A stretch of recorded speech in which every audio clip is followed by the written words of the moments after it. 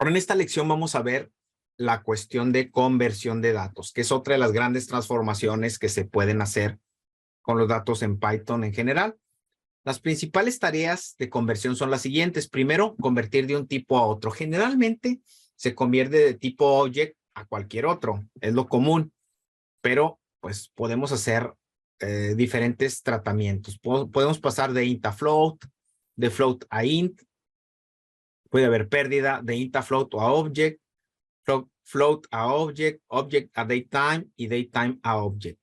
Cualquiera de esas conversiones las podemos hacer.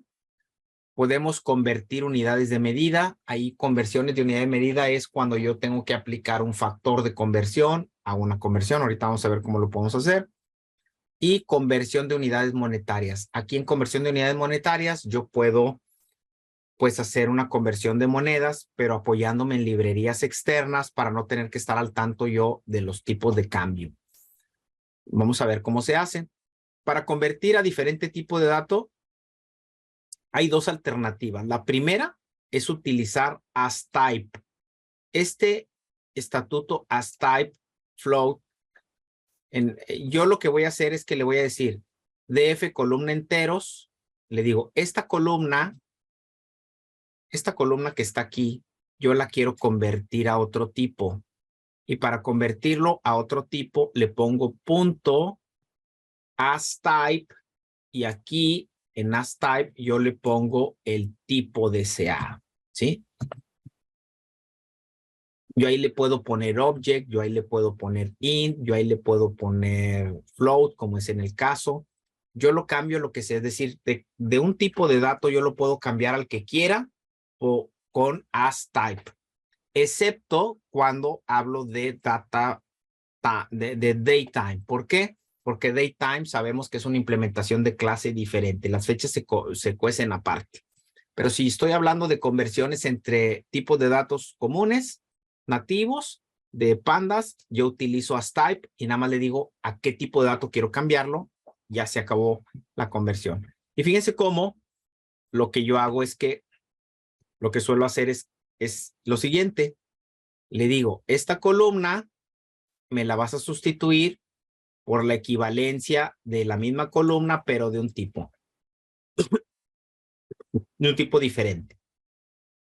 Hay veces en donde yo no quiero reemplazar la misma columna, que yo quiero crear otra nueva columna con la equivalencia. También se puede. Lo único que tendría que hacer sería cambiar el nombre de columna y yo puedo tener la columna original, dejarla como está y tener una columna equivalente con otro tipo basada en la misma columna original, ¿no? Aquí yo tengo ejemplos de algunos ejercicios. Fíjese cómo tengo astype float, astype int. Puedo hacer todo eso. Ahora, aquí hay algo interesante. ¿Qué pasa cuando yo paso de float a object? ¿Sí?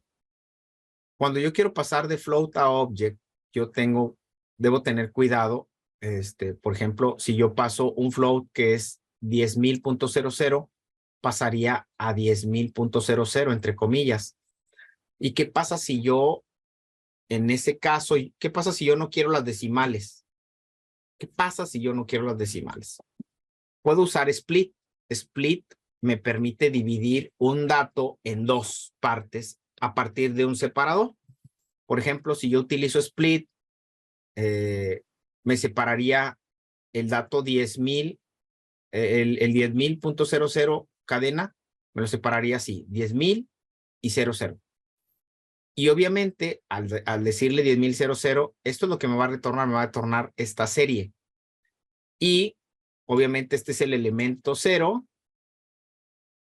Este es el elemento 0. Y obviamente este es el elemento 1. De tal manera que si yo quiero nada más la parte entera, me tengo que traer el elemento 0 nada más. Fíjese cómo está aquí el ejemplo. Yo le digo, tengo una columna, quiero una columna object que va a estar basada en columna float. Cuando yo hago esto, df columna float as type str u object, me la convierte a un equivalente de flotante, pero en string. Y luego le digo que agarre la columna object, haga un split y me traiga el elemento 1 nada más. Y al hacer esto, me voy a traer únicamente esta parte que está aquí. Por ahí está medio complicada, pero ya que se entiende que cuando yo hago esto, cuando yo hago esto,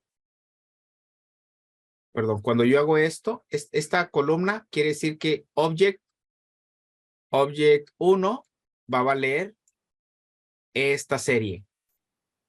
Y luego si le digo que object 1 va a ser igual a lo que tenga object 1 de hacer el split en el 0, sería este que está aquí, nada más. Y terminaría con la columna 1 valiendo 1000 nada más. Perdón. Felipe, ¿no se podría hacer directo pasar a integer? Sí, sí se puede. Se puede pasar. Se puede. Esto sería como ejemplo, entonces. Sí, es como ejemplo, pero realmente lo que haríamos nosotros en la práctica real, primero lo paso a integer para que se quiten las decimales y luego lo paso a string y ya, ¿verdad? Puede suceder. Gracias. Entonces, así podría ser. Tiene razón. Fíjese, para pasar de object a datetime, ¿cómo le hago? Ahí utilizo otra función que se llama toDateTime. Esto es muy común, pasar a datetime. Entonces yo tengo, imagínense que yo descargo de un software, descargo un campo con las fechas, imagínate que trae día, mes, año, es una representación textual de una fecha común. ¿Qué es lo que puedo hacer? Le digo, ¿sabes qué? Agarra la columna object y transfórmamela a datetime y ya hace la conversión. Esto lo convierte a datetime y me lo pasa a la nueva columna de fecha. ¿Sí? Hay veces en donde tú dices, híjole, es que fíjate que me lo pasaron en día, mes, año, o mes, día, año, o año, mes, día. ¿Cómo le hago? Lo puedes hacer con esto. Le puedes decir columna fecha, igual le dices datetime, le dices cuál es el campo que vas a usar, pero utilizas este parámetro que dice format. Y en format tú le dices, primero está el año, una diagonal, luego el mes, una diagonal, y luego un día. Si fuera día, mes, año, pero fíjense cómo aquí el mes está en 3 letras, que sería NFMAR. Entonces yo utilizaría el formato día, el mes abreviado, sería así. Y yo puedo utilizar diferentes. Fíjense cómo me puedo ir hasta ahora, a horas, minutos y segundos. Y eso es para pasar de object o string a fecha. ¿Y qué pasa cuando quiero al revés? Lo que voy a hacer es agarro un dato de fecha, punto, y le pongo DT. DT es datetime. Aquí significa datetime, punto, str format time.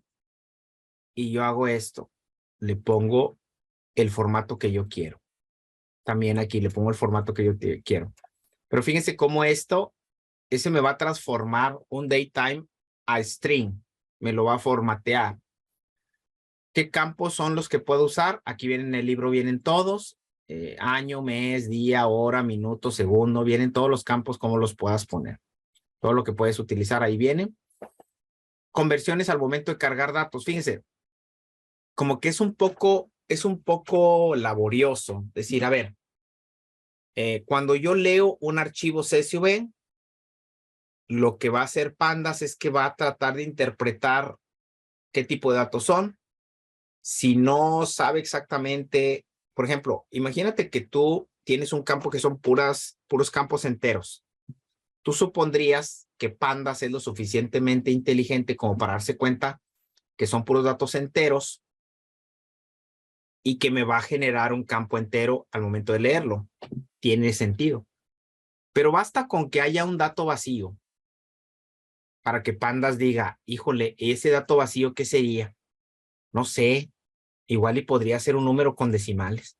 Ah, bueno, entonces todo que sea decimales. Esa lógica tiene. Entonces tú dices, de repente da un poco de coraje porque dices, me traje un dato que obviamente es entero y me lo trae como si fuera flotante y luego lo tengo que convertir a entero.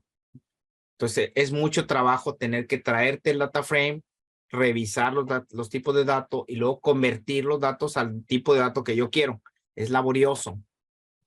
Y tú dirías, oye, ¿y no será posible que desde que lo cargo le diga yo qué tipo de dato es cada dato, cada columna?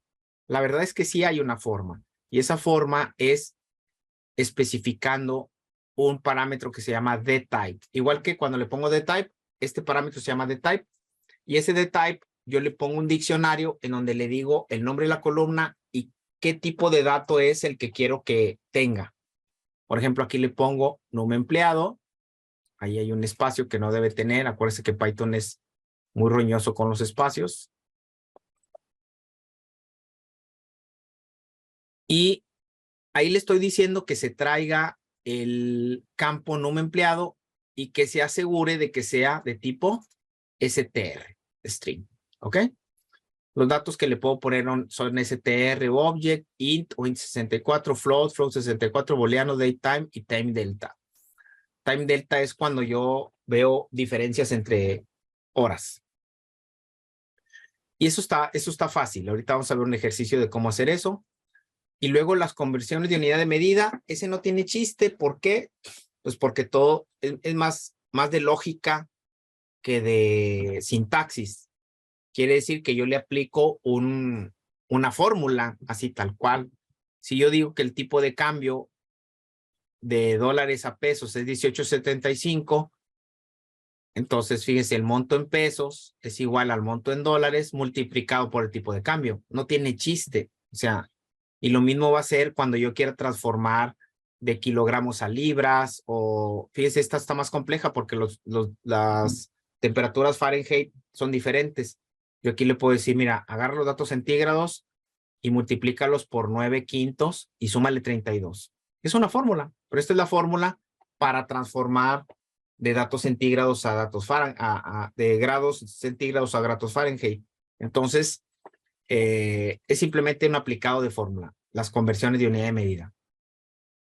Y unidades monetarias, con las unidades monetarias hay un detalle de que tú dices, el problema no es hacer la conversión, dime el tipo de cambio y yo la hago fácil. Pero el problema es, híjole, pero estarle proporcionando el tipo de cambio a cada rato. Ese es el gorro.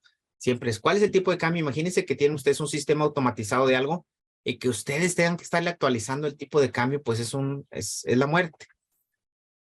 Y tú dices, oye, ¿no habrá un servicio de datos que me dé esa información? Pues sí, sí la hay.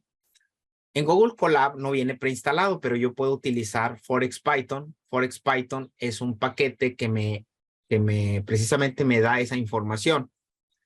Pero como es muy específica, no está preinstalada en Google Colab. ¿Qué tengo que hacer?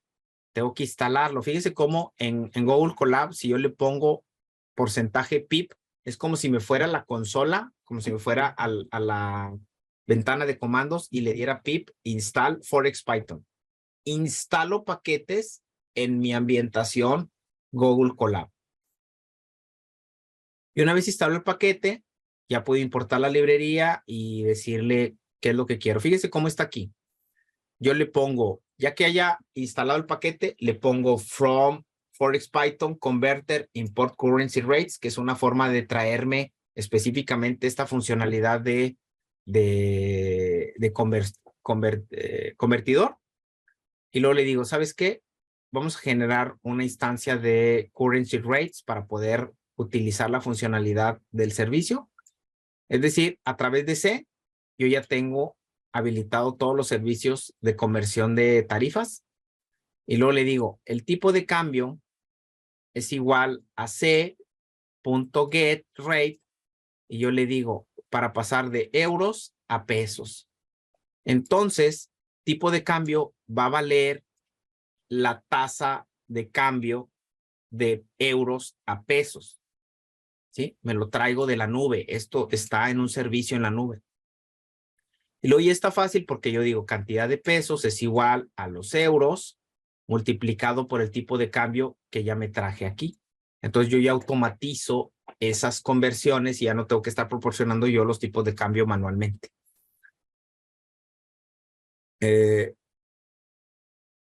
Eso puede ser. Y ahí está. Vamos a ver el laboratorio 8.1, ejecutando conversiones. Vámonos a Google Colab, por favor.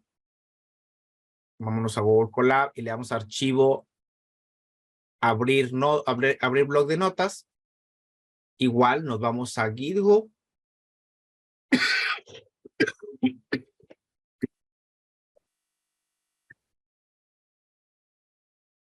Nos vamos a nuestro repositorio de archivos. Y nos vamos a traer el 8.1. Conversiones.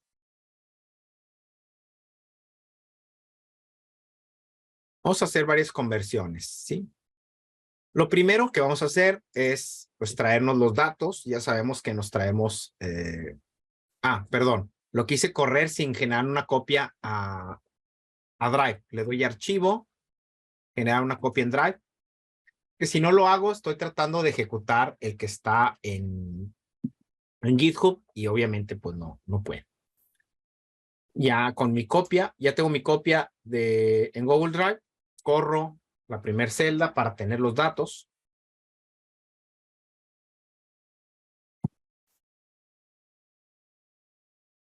Y ahora conversiones de tipo. Fíjese, dice, ID persona es un identificador y es un cualitativo nominal. Lo voy a pasar de flotante, que es, a object sin decimales. Clave sobrevivencia es un categórico codificado cualitativo nominal. Lo paso de float a object sin decimales. Clase viaje es un categórico codificado cualitativo ordinal. Lo paso de float a object. Fíjense ahí, ¿qué quiere decir? Quiere decir que si yo ahí le pongo, Titanic punto head, me voy a ver los datos, me doy cuenta que clave sobrevivencia es 1, 2 o 3, pero fíjense cómo me lo pone como flotante, porque como había faltantes, pues me los pone como flotante. Clase de viaje también me lo pone como flotante, que no debiera ser. Edad me lo pone como decimales. Y en general hay campos que no quiero que me los ponga como decimales y me los pone como decimales. Tengo que convertirlos. Quiere decir que me los trae mal. Fíjense, para transformar ID persona, ¿qué es lo que hago? Le digo, en ID persona vas a colocar la transformación a string. Primero transformo a string el dato. Fíjese aquí una cosa. Si le doy yo, en lugar de head, si le doy the types, me doy cuenta que ID persona es int64. Pero aquí es un detalle que quiero comentarles. Este campo es un campo de identidad. Por lo tanto, es un dato cualitativo. Por lo tanto, es una etiqueta. ¿Estamos? ¿Por qué es todo eso? Porque no voy a realizar operaciones numéricas con este campo.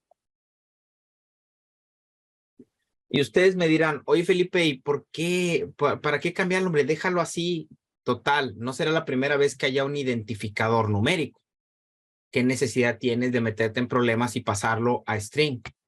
Lo que pasa es que Pandas, por ejemplo, trae muchas cosas interesantes. Aquí voy a poner una instrucción que se llama Titanic.describe, por ejemplo. Y fíjense cómo Titanic Describe me saca toda la estadística, todos los parámetros estadísticos básicos de todos los campos numéricos. Y me topo con que Describe me está sacando los parámetros estadísticos de ID persona. Y tú dices, no tiene ni un sentido. O sea, ¿qué caso tiene sacar la desviación estándar y el promedio del ID persona? No tiene ningún sentido. ¿Pero por qué lo incluyó? Porque es numérico. Dice, yo asumo que estás dejando numéricos los valores que verdaderamente son numéricos y que vas a usar como números. Y por tanto le doy procesamiento numérico a todos. Entonces tú dices, no, mira, clave sobrevivencia no debieras procesarlo, clase viaje no debieras procesarlo, ID cuerpo no debieras procesarlo. Entonces, por eso hay que cambiarlo. Por eso, aunque sea tentador dejarlos como están, no los dejen como están porque a la larga le vamos a tener que hacer muchos ajustes al estar desarrollando cosas por no haber puesto los datos con el tipo que eran. Entonces aquí, fíjense lo que hago yo. Aquí digo, vamos a poner que ID persona sea de tipo string. Primero vamos a hacer lo que decía Rafa. Dice, oye, pues de una vez lo paso a int y luego tengo dos opciones. Pasarlo a int y luego string, o pasarlo a string y luego traerme nada más la parte que me interesa. Entonces yo aquí lo que estoy optando es pasarlo a string y luego traerme nada más la parte que me interesa, que es la parte entera. Aquí lo voy a hacer. Lo hago.